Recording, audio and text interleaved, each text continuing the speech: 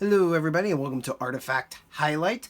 I just got back from a trip this past weekend. Went to a couple antique shops with my friend Hummel Collector and his friend Mike. We went around to all the different antique shops. We terrified all the patrons and we bought a whole bunch of things. How that always works. Anyways, now this is actually two videos I'm merging into one because the first item I did not get from a small antique shop in the mountains, of course. I got this from the Gettysburg Museum of History. So this first item here is a Kriegsmarine patch for one of their athletic shirts. The people that were training the Kriegsmarine, their sports shirts, this would have been on the breast of the shirt. You can see the patch itself is a semicircle. The symbol itself was adopted, I believe, and don't quote me, it was adopted, I believe, in 1940 or 41, where they made the blue and white eagle with the swastika and the reef around it. You can notice also that there was part of the actual shirt it was on cut off, because this artifact, at least as what the seller said, that it was cut off of a shirt by a U.S. veteran and brought back home. Comes with a sealed certificate, just like the artillery pieces. Currently, I'm thinking about putting it in a frame, so because the plastic tends to get, it easily starts crunching up on each other. And when I first got it, I had to even it out and I had to move everything around, so it made it look a little bit more presentable. So this came from the Gettysburg Museum of History. I had a video just about it, but I didn't have much to really talk about. It's the patch. What else should I say? And I was just rambling for 6 minutes, so I was just going to include in this video. Now everything else is from my mini antique haul, our day-long antique haul, or what other people call junk. And some stuff I do own is junk. I'm not going to deny it. We'll start off here. Since we start off with a World War II item, we'll just go into another World War II item. That's not World War II. That's that in a moment. So, these here are the remains of multiple war bond books dating between 1942 and the end of the war. Most of them are owned by the Visconti family from Latrobe, Pennsylvania. Here comes, this all came in this, I guess, flap. I don't know if they were all inside initially. Of course, all these booklets do not fit in here, or this was just an envelope that was given to hold them in. It's very beaten up, as you can see. Good look on the back. War bonds with ration savings, buy protection with the Baltimore Life Insurance Company. Most of the war bond, they're just the shells of the booklets. Of course, most of the coupons been used. This is the first book issued 1942. Of course, you can see there's nothing left. It's just a certificate. This one particular is for Virginia Visconti, who's a 13-year-old girl living in Latrobe at the time. I believe the next one then is her mother's. Yes, this is her mother's. This is Flora Visconti. There are actually 2 of the ration stamps left in here. It's pretty cool. And most of the booklets are very worn out. You can see there's nothing left in none of these. They're all, except with the exception of one, are owned by the Visconti family. Oh yes, people are expecting to see amazing things in this video. Well, aren't you in for a surprise? Let's just look at this. Empty booklets. Look at that. Oh yes, empty booklets. Oh, I wonder what's in this. Empty booklet. Now when we get to the third books, however, things start changing, and these were actually the first ones that were on top of the pile I purchased. This is from Joseph Visconti Jr., who was age 7 at the time. And you can see in here a lot of the stamps are still left. My fingers ain't working. We can look at another one. And then this is from his father, Joseph Visconti Sr., age 45 at the time. Occupation. His are in here also.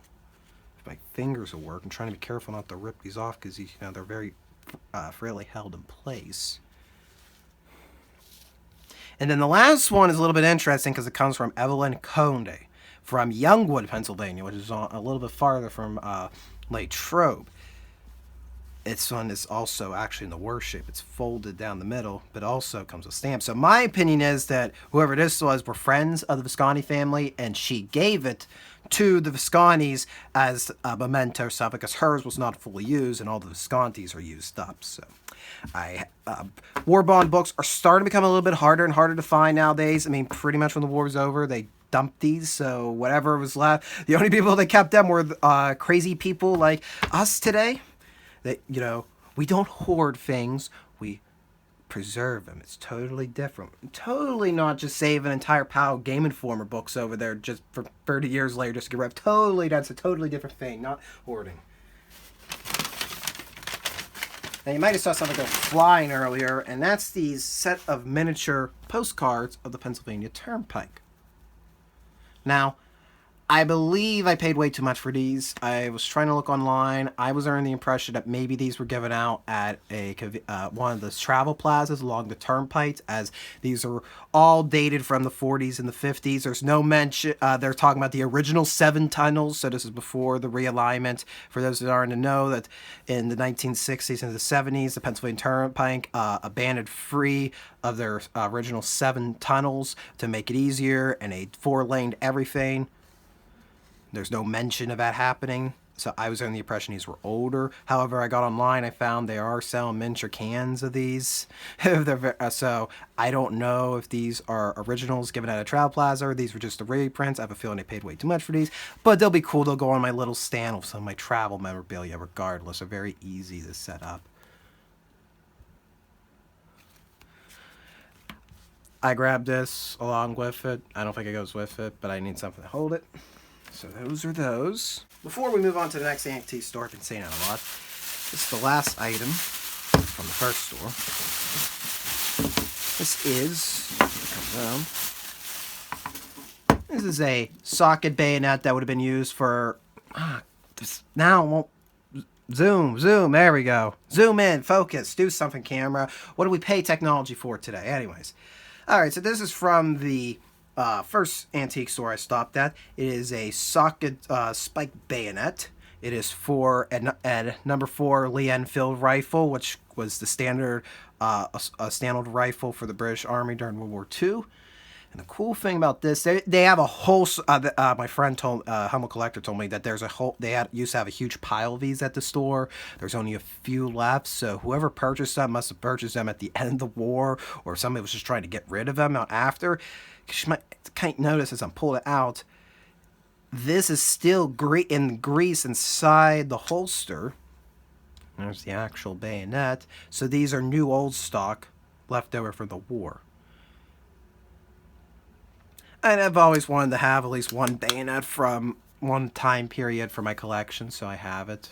I don't have a Lee-Enfield, of course, to go with it. I do have a Japanese rifle. Well, my dad has one that's kind of now in my place, but I don't think those go together. So yeah, that'll go into my collection. But, oh, you didn't see that. You didn't see that. That's okay. You didn't see that. That's just leather falling off. So this here is a tiger-striped MSA ComfoCap helmet. MSA Miner Safety Association. They started making the Comfo-Caps around 1935. The trademark is still used today. Pretty much the standard helmet is a Comfo-Cap. I have one from the 70s. I forget if I made a video on it. It was my grandfather's that I love as a generational. It kind of shows the generations of mine safety from 1970 until 2000. One day it'll become significant, but right now it's just significant to me. But this, I believe, is from the 40s or the 50s. It's one of the older designs. The liner is pretty much it's fallen out. I only bought this because it was 20% off. When I spent it for the initial price, but it was much cheaper. My real intention for this helmet is actually to be a display helmet. I have a carbide lamp to put on the front here. That's my plan to put on the front. I saw somebody on eBay does sell replacement liners. I'm thinking about purchasing one and putting it in here because the liner is original, but it's about shot, and I don't know about fixing it. I think I only spend 20 bucks on this. That's the only reason. It is covered in coal dust. So anybody remember that video with the Blair Spikes? It's my first artifact highlight video. I used to have nice white gloves and they were ruined. Yeah, it's a repeat of this. So give me some time as I clean the table. So moving on, the first thing I bought from there is a schematic for a K4 Pacific type locomotive. It is the K4 is a 462. This was the workhorse of the Pennsylvania Railroad for the last years of its history. You go back to the turn of the century until the railroad's unfortunate closure, merger with New York Central, and totally just nearly killed the railroad industry for the United States. I'm not sure if the schematic comes from something from Altoona, like if it comes from an original sheet or it was just cut out of a paper. The reason I think it's just cut out of newspaper, if you look on the other side, the cardboard hung up is a model. So maybe this came from a model kit, but it's very big to be a schematic for a model.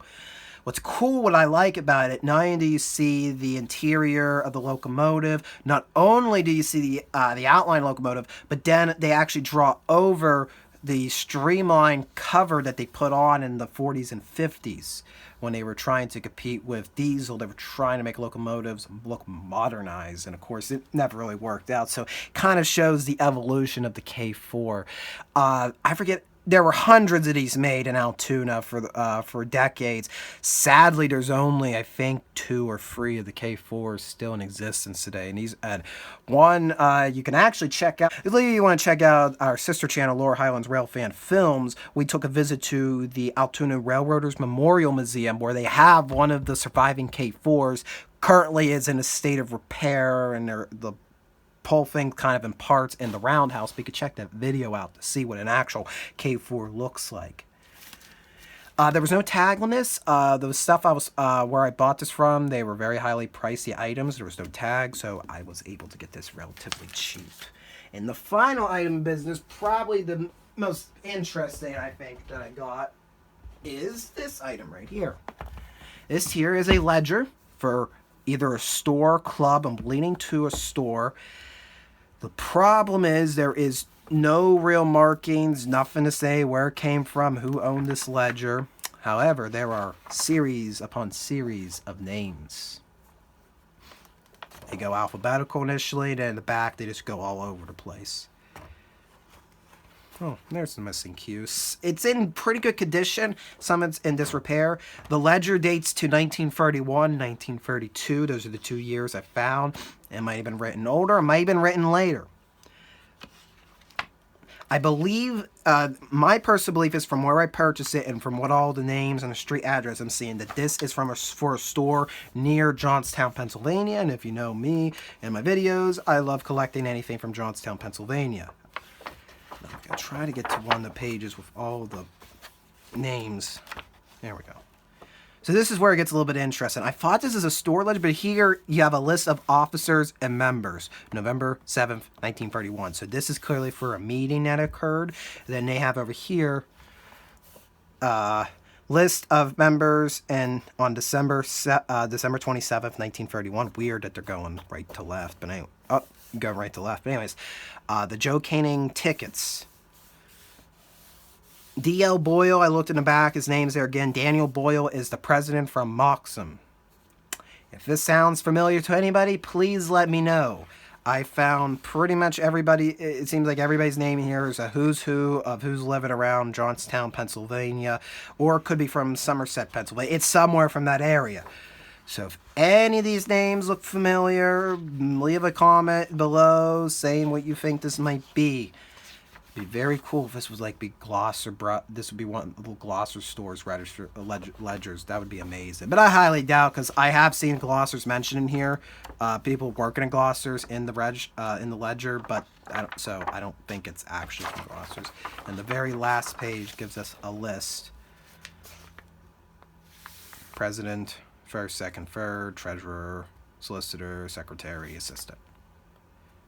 So yeah. That's what resulted from my antique store haul. Probably spent way more money than I did. It's probably the last time of the year I'm going to be spending items on things. If you would like to see more videos like this of items I collect, Be sure to let me know in the comments. I collect anything pertaining to Western Pennsylvania. I have an interest also in military items. I'm basically an anything person. JFK items I enjoy. I'm a anything type person. My main key is I want to be connected to Western Pennsylvania, the Pittsburgh region. Be sure to check out a Hummel Collector's video of the items that he got on this trip. Also be sure to check out both me and Hummel Collector's room tour videos. He did a video of my room that he toured, posted on his page, and then I did a video of his room and posted on my page. Be sure to check both of them out. Be sure to check out Laura Hyland's Railfan Films, as I mentioned earlier. It's another channel I could run. It's mostly deal with trains. And the next construction paper Battlefield will be coming out sometime at the end of December. It'll be on the Siege of Bastogne. So thank you for watching. Until next time.